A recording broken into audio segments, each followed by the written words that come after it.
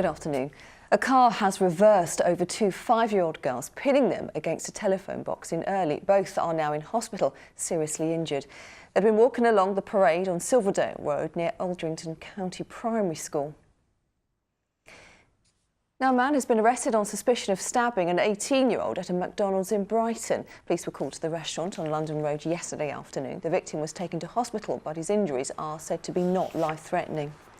The future of Hampshire Police could be under threat due to a lack of funding. Bosses say the current government system means the county is missing out on millions of pounds every year. Compared to other areas, Hampshire receives far less funding. The problem that we have seen across policing across the country is that far too many chief constables and now police and crime commissioners have sat back in silence and allowed these cuts to take hold. But I think our Chief Constable, Olivia Pinkney, and the Police and Crime Commissioner recognise the damage that future cuts will do. Southern Rail will restore a full train service from Tuesday. With the news, the ASLEF union has suspended strike action. Drivers had been due to walk out for 3 days next week. Both the union and the rail operator are holding talks to try to end the crisis. Well, in another development, a Southern Rail customer has won back 50% off his rail fare in a landmark case. It could open up compensation claims for other passengers.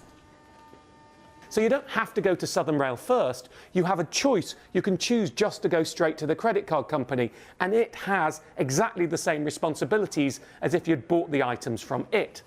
Now, what's likely happened in this case is the credit card company has decided to pay out due to the poor service of Southern Rail. Workers at the atomic weapons establishment in Aldermaston have staged the first of 2 walkouts today in a row about pensions. Staff at the Berkshire base were out on the picket line from dawn this morning to try to force their employers to stop plans to introduce a new scheme from the end of the month.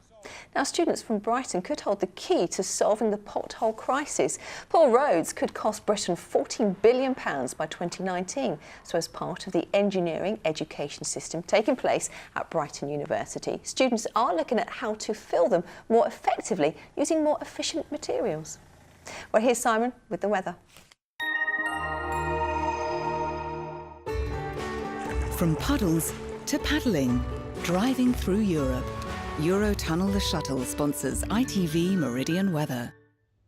Well, there is a lot of blue sky around today. Despite that, it still feels fairly cold. It's only towards the north and the west of the region that you might find a bit more in the way of cloud. Certainly parts of Wiltshire, Gloucestershire, Oxfordshire, a bit greyer here. But elsewhere, plenty of blue sky and temperatures a lowly 2 or 3 for some of us. Now, as we head into tonight, cold start to the night. Hence, the frost will develop fairly early on. But through the night, we'll see a bit more in the way of cloud as that weather front to the north starts to sink southwards. So it shouldn't be quite as cold as it was last night, but still with temperatures down into the minuses. And for tomorrow, another cold start, bit of frost to get us going and a bit of patchy mist towards the north. Eurotunnel the Shuttle sponsors ITV Meridian weather.